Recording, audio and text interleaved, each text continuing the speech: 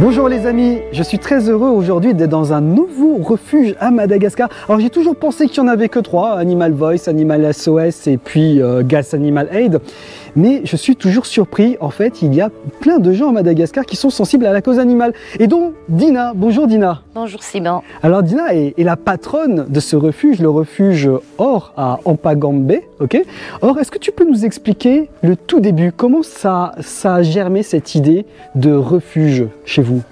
D'accord, on a débuté ce refuge il y a 3 ans, mais avant on avait plusieurs chiens chez nous. En voyant la maltraitance ici à Madagascar, avec surtout les chiens, on a décidé d'offrir notre petit refuge pour essayer de sauver ces chiens maltraités dans la rue. Et c'est comme ça qu'on a débuté. C'est comme ça que ça a germé, naturellement. Naturellement, en fait. Oui. Est-ce que, parce qu'en fait là, tu as un refuge que tu as ouvert depuis 3 ans avec ta mère, bien sûr, hein, bien sûr, parce qu'en fait ça s'appelle le refuge Or, et Or, c'est le prénom de ta maman. Mais tu recueilles des chiens depuis bien avant. Oui. Tu peux nous expliquer le tout début? Le tout début, ça fait à peu près 15 ans, même plus, qu'on a recueilli les chiens chez nous. Moi, étant petite, en voyant les petits chiots dans les rues, j'en ramenais à la maison et maman, elle posait pas de problème. Ah oui, t'as une gentille maman alors. Et puis après, on a recueilli et ça a augmenté, ça a augmenté. Et voilà. Donc en fait, toi, t'allais dans la rue comme ça et tu voyais un chiot que tu es trop mignon. Tu le prenais dans tes bras, comme ça, tu l'emmenais voir ta maman, tu dis « Maman, regarde, j'ai trouvé un chien ». Oui. Et ta mère, elle disait « Bon, d'accord ». Oui. Et au bout d'un moment, tu avais combien de chiens chez toi? On avait 17 chiens au total. 17 chiens chez toi, hein? C'était pas un refuge à l'époque. C'était pas un refuge. Et tu habitais où à l'époque? À Cadifouts. À Cadifouts, en plein centre de Oui, en Tana, plein centre. Parce que là, on n'est pas du tout dans le centre de Tana.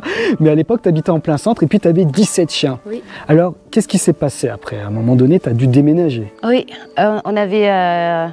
les problèmes ont commencé avec les aboiements des chiens et les voisinages n'ont plus toléré. Et du coup, on a cherché, on nous a suggéré d'abord de donner les chiens, de départager les chiens des familles, mais on ne pouvait pas. On avait ces chiens chez nous, on les aimait comme, ils étaient comme nos bébés à la maison. Donc on a cherché par tous les moyens et on a trouvé une maison. Et on a déménagé à Maazo en 2019, en fin 2019. D'accord, donc tu as dû quitter. Oui, j'ai dû quitter ma maison, oui. Pour les chiens en fait. Les chiens. Donc en fait, rien que ça, c'est une preuve vraiment que tu aimes les chiens. En fait, que ta mère et toi, vous aimez les chiens. Parce que vous avez déménagé pour les chiens. Et donc vous êtes parti dans un autre quartier. Mais aujourd'hui, on n'est pas dans ce quartier. Oui. Comment ça se fait qu'on se retrouve aussi loin de la ville, puisque ça nous a pris quand même un moment pour venir jusqu'ici. Puis on a dû passer par les routes de campagne. Hein. Oui. Est-ce qu'on est toujours à Tana? On est un peu sorti. On n'est pas à Tana. D'accord. On est un peu hors de Tana. Donc on est vraiment en dehors de Tana ici. De Tana. Et donc comment ça se fait que tu es arrivé ici avec tes chiens? À cause de l'amour des chiens. Comme je vous l'ai dit tout à l'heure, on a déménagé dans un autre quartier. Et arrivé là-bas, on n'a pas eu le... Comment dire, avec l'amour de ces chiens et tout, on voyait dans notre nouveau quartier des chiens et on a commencé à recueillir de plus en plus et le nombre de chiens a augmenté et la cour ne pouvait plus, l'espace était trop petit pour eux et on a déménagé une deuxième fois à Itos et là-bas les chiens aussi ont encore augmenté, ils étaient en centaines, ils ont augmenté les centaines de chiens. Et puis après, on a cherché une nouvelle maison, et plutôt ici à la campagne. Parce qu'en ville, les tapages et tout, ça crée des problèmes. Et du coup, le proprio de la maison nous a trouvés, il nous a contactés, on a une maison avec une grande cour. Si vous voulez, vous pouvez le louer, pardon. Et voilà. Et donc, tu es arrivé ici, et j'ai entendu quand même dans ce que tu as dit qu'à un moment donné, vous aviez plus d'une centaine de chiens. Plus d'une centaine de chiens que tu as toi-même pris comme ça dans la rue, un par un, et que tu as ramené chez toi avec ta maman. Et dit, voilà. Non, pas vraiment un par un, mais... comment on dit, par pack, par groupe de chiens en fait. Ouais.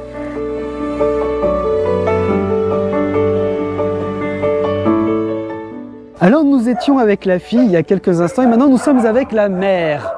Madame Or, bonjour. Bonjour. C'est un grand honneur pour moi de vous rencontrer. Une dame quand même, une maman qui a accepté que sa fille ramène 100 chiens chez elle. Ça devrait être inscrit dans le Guinness Book des records, hein, parce qu'une maman comme ça, je pense qu'on n'en trouve pas à tous les coins de rue. Comment ça se passe pour adopter un chien dans votre refuge? Au tout début, on avait confiance aux gens qui disaient qu'ils aiment les chiens. Et puis on en a donné pas mal, mais après on s'est rendu compte qu'ils ne prennent les chiens que pour garder leur maison. Ils ont maltraité les chiens qu'on leur a donnés. Donc on nous a signalé que les gens certaines personnes qui ont adopté chez nous font vraiment du mal aux chiens. Alors on les a repris de chez eux.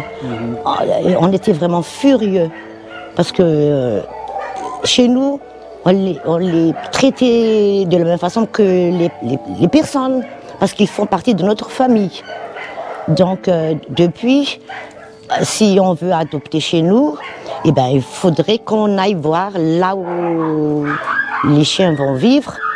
Et si les gens qui les adoptent ont vraiment les moyens pour faire tout ce qu'ils peuvent pour leur montrer à quel point ils aiment les chiens, et ben là on en donne. Et il faut aussi une participation, parce que si on en donne gratuitement comme auparavant, et ben là ils font ce qu'ils veulent. Mais là si on paye vraiment pour les chiens, c'est pas pour nous, hein, qu'on aime l'argent, mais s'ils peuvent, on demande un peu d'argent pour comme quoi, s'ils souhaitent vraiment garder les chiens, et bien s'ils peuvent aussi faire ce qu'on a fait, et ben voilà, on donne. C'est-à-dire qu'en fait, avant, vous les donniez gratuitement. Vous voyez déjà, il n'y avait pas de question d'argent. Oui. Mais effectivement, quand on donne des choses ou des animaux comme ça gratuitement, bah, il se peut qu'il y ait des gens qui ne comprennent pas la valeur du chien, qui le prennent gratuitement. Ils disent, de toute façon, je l'ai eu gratuit, il va servir à garder la maison. S'il meurt, c'est pas grave. Et en fait, voilà, il n'y a pas vraiment d'intérêt dans le chien. Tandis que l'acte de payer, finalement, d'ailleurs, on peut dire la somme, hein, au Chine, combien? 100 000 arias. 100 000 arias. Par loulou, par chien. 100 000 arias. C'est rien du tout quand même. Hein. Absolument, c'est rien du tout. 100 000 arias en euros, ça représente dans les 25 euros. 20 euros. 20 euros pour avoir un chien. Et c'est vrai que ça montre que le propriétaire veut s'impliquer. Et puis, évidemment, faut pas le négliger non plus, mais il faut aider, bien sûr, le refuge, qui a besoin aussi de fonds pour fonctionner. Et ce qui est intéressant, c'est qu'en fait, tu nous expliques qu'il faut bien choisir la famille. Oui. D'accord. Alors, tu nous dis que la famille doit aimer le chien, d'accord. Quels sont les autres critères? Eh bien, qu'il ne reste pas dans la cour la nuit, juste pour garder la maison, ou pour garder les gens. Mais il faudrait aussi leur donner tout l'amour comme on en donne. Il faudrait les caresser, enfin... S'en occuper comme ses propres enfants, tout simplement. Et alors, aujourd'hui, tu te déplaces vraiment chez la famille? Tu y vas, toi, et tu regardes où est-ce qu'il va dormir le chien? Oui, on va vraiment le faire si vraiment les gens acceptent notre condition. Oui, ils doivent vraiment accepter. Voilà. C'est d'ailleurs pas le seul. Tous les refuges d'ailleurs qu'on a visités font ça. Hein. Tous les refuges aujourd'hui contrôlent la famille d'accueil. Et ça m'avait un petit peu surpris, parce qu'on peut s'imaginer qu'en fait, le refuge, vous avez quand même énormément de chiens. Et donc l'objectif c'était de les caser le plus vite possible. Et moi je me suis dit qu'en fait ils donneraient des chiens sans trop se poser de questions. Absolument pas. Moi j'ai eu la première expérience avec Animal SOS, avec Carlina qui m'a posé des questions, pareil, qui m'a demandé qui va s'occuper du chien et ceci et cela. Dans ce cas-là t'en prends deux, comme ça ils vont pas rester tout seuls la journée. Et en fait c'est ça qui est remarquable. Donc ça prouve que le refuge est sérieux. Merci Madame Or pour ce que vous faites. Je vous en prie.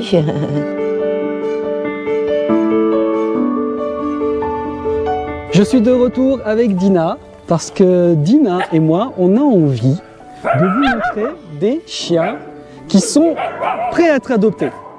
Alors, par exemple, celui-ci, le tout petit là, est-ce que tu peux nous en parler? Elle, c'est Tinaï. On l'a recueillie environ 3 mois.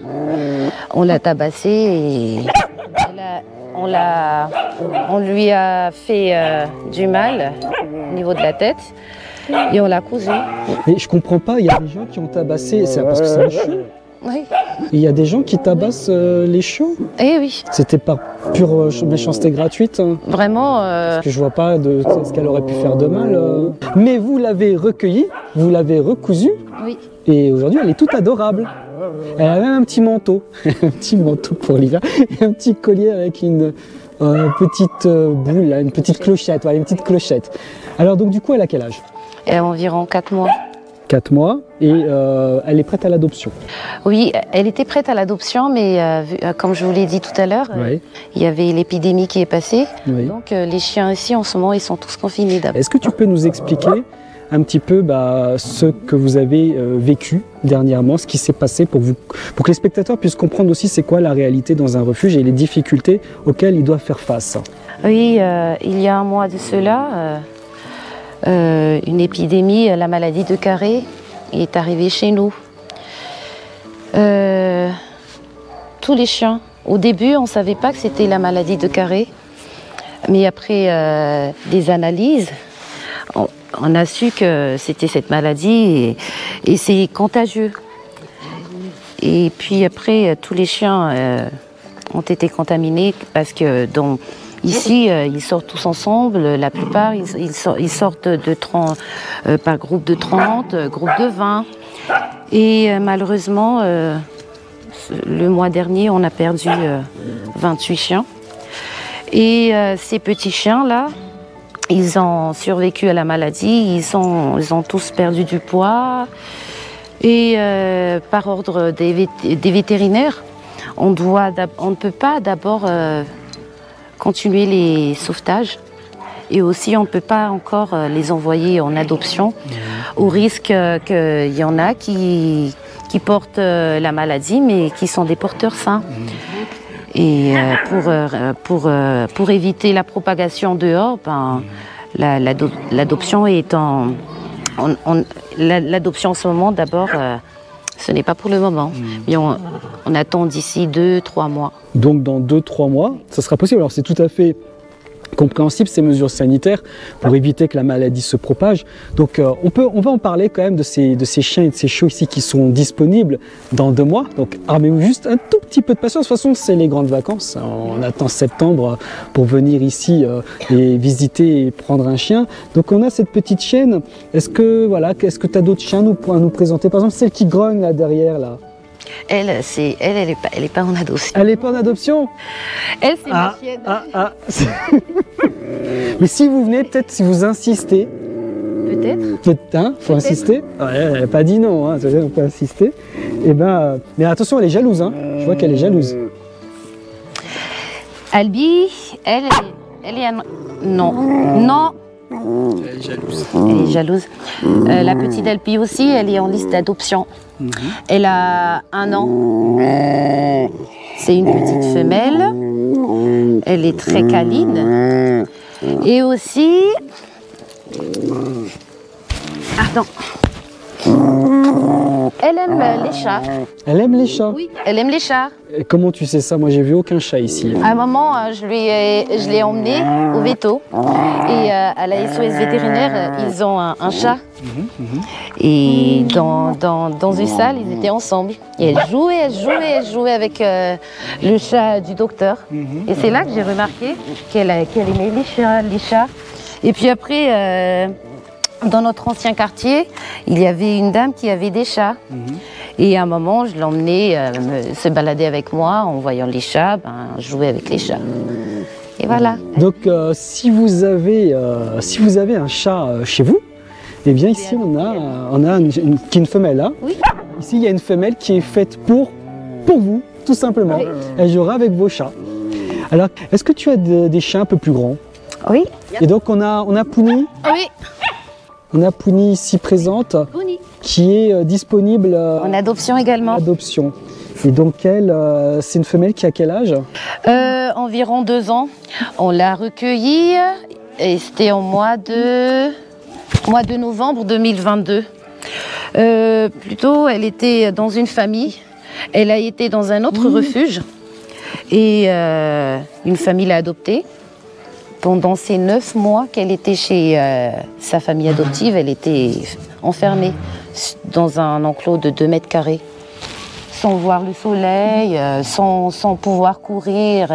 Et elle n'avait pas, ils l'ont pas nourrie. Et l'autre refuge nous a contacté qu'il n'avait plus des nouvelles de Pouni. Et Pouni, à ce moment-là, elle avait un parrain à l'époque chez l'autre refuge. Et ce parrain-là, il nous a contacté qu'il savait où était Pouni. Et on est allé là-bas, on a vu, elle était dans un état vraiment pitoyable. Et on l'a repris chez nous. Elle est prête à offrir beaucoup d'amour. Oui, elle est très douce. Très douce, très câline. Donc voilà, encore une chienne ici. Alors évidemment, vous entendez bien ces histoires de propriétaires qui prennent des chiens et qui s'en occupent pas. Bon, j'imagine, de toute façon, si vous regardez nos vidéos, que vous n'êtes pas comme ça, n'est-ce pas? Sinon, on vous retrouvera. Et on vous retrouvera, vous voyez, on sait toujours où finissent les chiens. Et cette chienne est ici prête à offrir tout l'amour dont vous auriez besoin et à recevoir en contrepartie votre amour. Voilà. Alors, tu as beaucoup de chiens ici. Quels sont les chiens qui sont facilement adoptés et ceux qui, au contraire, ont plus de difficultés à trouver des nouvelles familles? Les chiens qui sont facilement à être adoptés sont les petits chiots. Les petits chiots et les chiens qui n'ont pas d'handicap. Plutôt les pépères, les mémères, les vieux chiens, on n'en trouve presque pas. Donc c'est-à-dire que pour eux, finalement, la fin de vie est quasiment assurée d'être en refuge, quoi. C'est ça. Et les chiens handicapés, j'en vois pas beaucoup quand même là. Il y en a, mais ils sont encore dans l'autre cour. Ah, ils sont dans l'autre cour. Ils vont sortir après. Des chiens handicapés, il y en a beaucoup avec les accidents de la route notamment. Oui. Et on a les chiens, donc j'imagine vous avez des chiens... Tortures aussi. Hein. Des torturés. J'imagine vous avez des chiens amputés. Oui. Et un chien amputé, dis-moi, est-ce que c'est un chien qui peut... est-ce que c'est un chien qui est diminué? Non. Quand on a recueilli un chien, et on a dû l'amputer, on pensait que il n'aurait pas une vie pleinement comme un chien normal. Mais à la longue, en voyant qu'il reçoit d'amour, il a des copains avec qui jouer, tout. Il est plutôt les chiens à 3 pattes. Ils sont plus dynamiques que les normales. Il y en a un qui est derrière là-bas, il est très dynamique. Et il a que 3 pattes? Il a 3 pattes, il court partout dans la cour.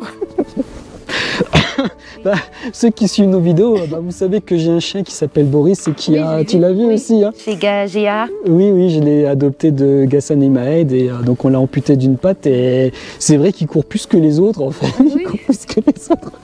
Il saute aussi, il saute sans arrêt et finalement en fait eux ils se rendent même pas compte, j'ai presque envie de dire qu'ils savent même pas qu'ils ont 3 pattes. Hein. Ils se rendent pas compte. Hein. Ils se rendent pas compte. Donc n'hésitez pas finalement, le chien est handicapé mais c'est en rien un chien diminué, c'est en rien un chien qui ne peut pas garder votre maison parce que je sais qu'aussi on prend des chiens pour garder la maison et moi je trouve qu'il n'y a rien de mal dans ça tant à partir du moment où on s'occupe bien du chien bien évidemment, hein, bien sûr, mais le chien peut garder la maison, je comprends cet intérêt, d'ailleurs moi j'ai commencé à avoir un chien pour garder la maison et puis c'est là où j'ai découvert que le chien était sensible. Et un chien en 3 pattes peut très bien faire l'affaire. Et les chiens âgés aussi, puis il y a des avantages avec les chiens âgés, hein. Ce sont des chiens qui sont peut-être moins turbulents, ce sont des chiens qui connaissent déjà la propreté, donc il y a aussi des avantages à prendre des chiens adultes et à les accompagner jusqu'au bout, hein, tout simplement. Alors, tu nous disais tout à l'heure que tu as vécu ici une mauvaise expérience avec une tentative de cambriolage. Oui. Tu peux nous en parler un petit peu? Oui, arrivé ici à peine 2 mois, quelqu'un a essayé de nous cambrioler. Ils ont voulu voler les marmites des chiens. Et ils sont entrés vers minuit. Et nous, à minuit, on ne dort pas encore, vu le nombre des chiens. Et on a entendu. Et on avait un chien derrière la cour. Eux, ils ont leur maison en dur derrière. Ils ont aboyé, ils étaient tous enragés. Et on a vu une lampe. Ils ont emmené une lampe. On a vu une lampe qui est passée. Tout de suite, nous sommes sortis. On n'avait plus peur, mais on s'est dit... Vous êtes sortis carrément? Oui, on est tous sortis carrément. Et on a fait sortir tous les chiens qui dormaient à la maison. Et c'est là qu'on a remarqué qu'il y avait une chienne, elle s'appelle Coca. Elle était étendue par terre, elle avait beaucoup de bave, elle tremblait, elle n'arrivait plus à se mettre debout. Et là, on a couru. On lui a donné de la boue. Parce qu'elle a été empoisonnée. Oui, sûrement elle a été empoisonnée. Ils ont empoisonné un chien pour essayer de voler. Cambrioler des marmites. Donc, des marmites, du riz. Sachant que c'est un refuge, il y a aussi le voisinage. On remarquait qu'à un moment donné, on arrive avec une voiture pleine de nourriture, mais ce sont pour les chiens. Et ça a donné envie aux malfaiteurs d'essayer de nous cambrioler, mais ils n'ont pas pu. Ils n'ont pas pu le faire jusqu'au bout. Ouais, en même temps, cambrioler un refuge dans lequel il y a une 50aine de chiens, c'est pas forcément... Bon, après, il y a des situations qui font que les choses sont comme ça et qu'il faut comprendre pourquoi les choses sont comme ça. Mais c'est vrai que vous vous rendez compte que dans un refuge où finalement vous êtes deux femmes, 2 petites femmes avec juste ton frère. Oui. Juste ton frère. Voilà. Ce qui peut arriver, ça montre encore le courage finalement, parce que vous avez déménagé ici pour les chiens, c'est assez isolé. Bon, néanmoins, j'ai vu un poste de gendarmerie avancé. Oui, eux, ils nous connaissent très bien. Ils vous connaissent bien, hein, vous entendez bien avec eux? Oui, ouais. Oui. Ce jour-là où on a failli se faire cambrioler, ils sont venus. Ah, ils sont venus, hein. Alors ne dites pas qu'ils viennent jamais. En même temps, ils sont quoi, à 300 mètres? Oui, à peine. Même pas, ils sont juste à côté, donc ça c'est bien pour vous. Peut-être que la gendarmerie pourrait prendre des chiens pour développer une brigade cynophile ici. Je sais qu'il y a la brigade cynophile à côté du G6 à Ivat. Mais peut-être qu'en fait, ils pourraient aussi... tu leur as déjà dit aux gendarmes qu'ils pouvaient prendre des chiens pour les aider? Au contraire, on leur a dit, on a beaucoup de chiens, hein, vous pouvez en prendre. Mais c'est le contraire. Ils aiment aussi les chiens. Il y en a des chiens qui errent dans la rue. Et c'est eux qui frappent à la porte. On a trouvé... Tu vous les ramènes? Oui, on a trouvé des chiens, vous pouvez le prendre, comme la petite là. La petite noire. Oui. C'est eux qui l'ont emmené chez nous. Ah les gendarmes d'Ampagambé aiment les chiens. Et oui. Et je félicite.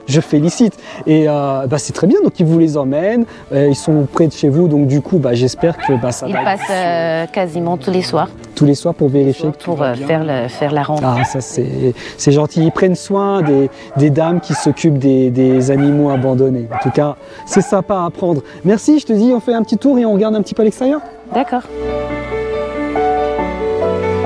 Alors Dina, là on est à l'extérieur du refuge. D'accord, on est dans ton quartier, dans ton voisinage. Et est-ce que tu peux nous parler un petit peu des relations justement avec tes voisins? Comment ça se passe? Arrivé ici, dès notre arrivée, tout le monde se demandait pourquoi ils avaient autant de chiens. Ils ne savaient pas que c'était un refuge.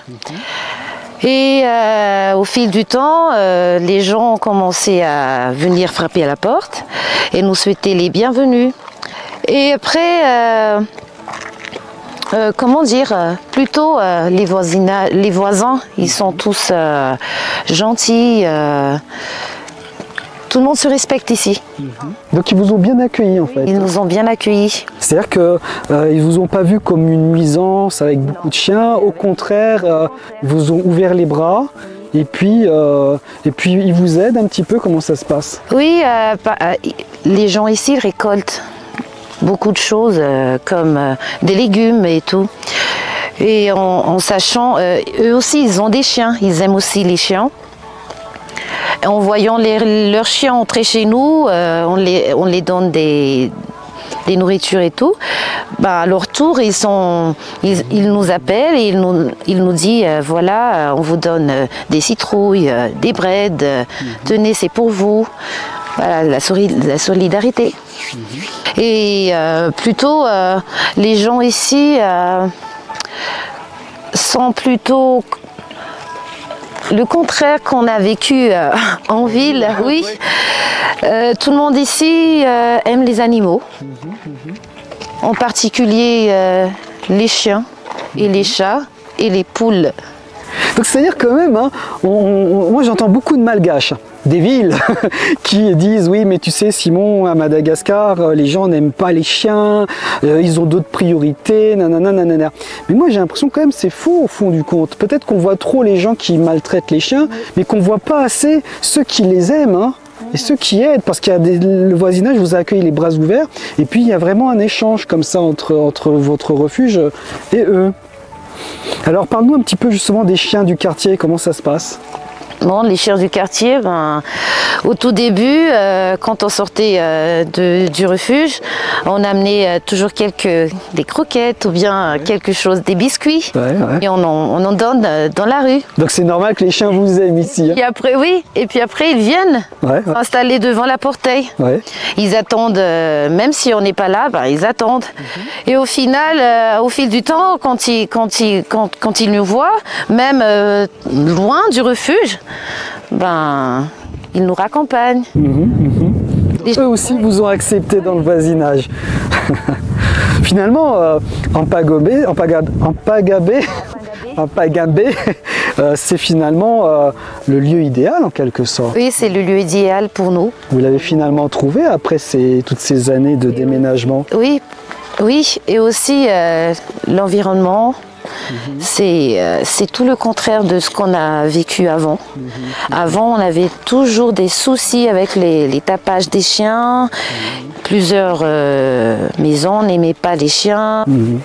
Mais ici, tout est calme. En plus, il y a beaucoup d'espace. Voilà. Et de toute façon, c'est bien connu, hein, pour ceux qui veulent visiter Madagascar, c'est bien connu qu'il ne faut pas rester dans la capitale, à Antananarive. Tout le monde le dit. Moi-même, quand je suis arrivé la première fois, on dit Antananarive, c'est en gros pour les affaires, hein, finalement. Mais si vous voulez vraiment voir le vrai bon côté, le vrai bon visage de Madagascar, il faut aller en province. Il faut aller dans la brousse, il faut aller sur les côtes. Et là, vous voyez une population qui est très gentille, très ouverte finalement, et solidaire dans la difficulté, la diversité. Ça fait plaisir à voir.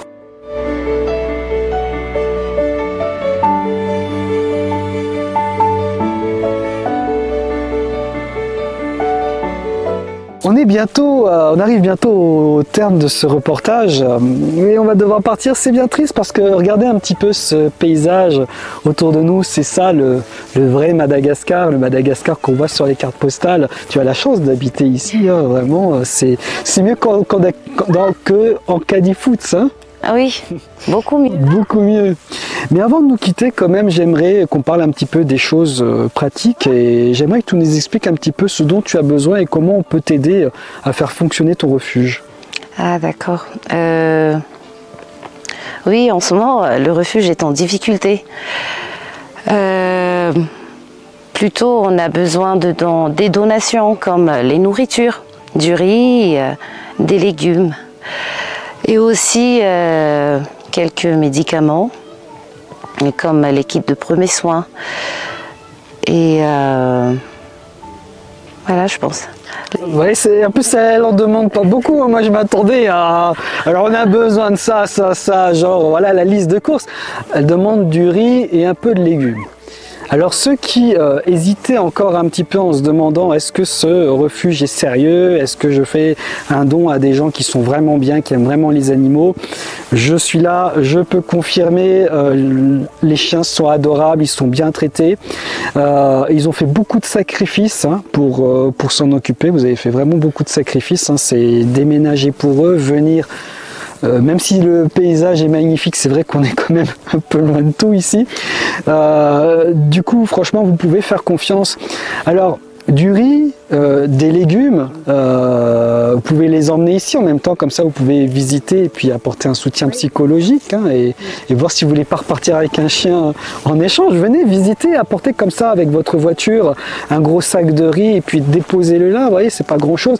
Des médicaments, j'imagine tout ce qui est premiers soins, alors désinfectants, bétadine, bétadine et tout ce qui vous reste, des compresses, des sprays. Voilà, tout ce que vous avez chez vous, que vous n'utilisez pas ou que vous voulez acheter spécialement pour eux, n'hésitez pas. Elle est gentille, elle n'a pas demandé de l'argent, mais j'ai envie de dire, si vous ne pouvez pas vous déplacer ici, par exemple, je pense à nos spectateurs en France, vous pouvez faire des dons. Alors, comment on peut faire des dons en numéraire? Actuellement, on vient de fermer notre compte bancaire. On a eu un souci. Et on n'a seulement que des numéros mobiles sur Madad actuellement pour qu'on puisse nous aider, pour que les gens puissent envoyer des dons à un numéro Telma et un numéro Orange. D'accord. Donc vous avez le numéro Orange Money qui s'affiche à l'écran pour faire vos dons. N'hésitez pas à envoyer même 100, 200, 300 à rien, puisque je sais qu'il y a des gens qui envoient ces sommes et c'est vraiment très gentil de votre part, parce que je sais qu'il y en a qui n'ont pas beaucoup de moyens. C'est ça aussi qui est dingue, c'est qu'en fait il y a des gens qui aident et ce ne sont pas forcément ceux qui ont le plus de moyens. On voit, et moi j'étais étonné parce que quand j'ai un petit peu posé les questions au refuge, de demander qui étaient les donateurs. Je m'attendais à entendre parler de Vasa en fait, mais en fait il y a beaucoup de malgaches et pas forcément ceux qui ont beaucoup de moyens, et ça fait plaisir. Donc 200, 300 arias, ça fait boule de neige, et à la fin du mois ça vous permet d'acheter du riz, de payer des premiers soins à un chien qui est tombé malade par exemple. Donc les coordonnées, encore une fois, allez, je le refais afficher là, ici, le numéro Orange Money. N'hésitez pas à envoyer une petite somme d'argent ou une grosse somme d'argent, et j'ai envie de dire peut-être de manière régulière, peut-être c'est ça aussi qui est important. Alors c'est pas elle qui me l'a dit, vous inquiétez pas, là c'est mon esprit de chef d'entreprise qui parle, mais si vous pouvez les envoyer de manière régulière, des petites sommes par exemple tous les mois, 1000 arias tous les mois, ça peut permettre, je pense, à ce refuge de planifier les dépenses et de planifier les revenus et d'avoir une garantie en fait de ne pas stresser pour le mois d'après. Donc si vous pouviez faire comme ça 1000 arias par mois par exemple, ça serait quelque chose de bien.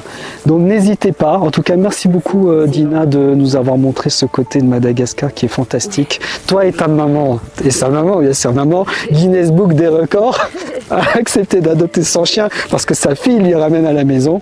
Merci beaucoup et je te souhaite une bonne continuation. À très bientôt. Oui, merci beaucoup Simon. À bientôt.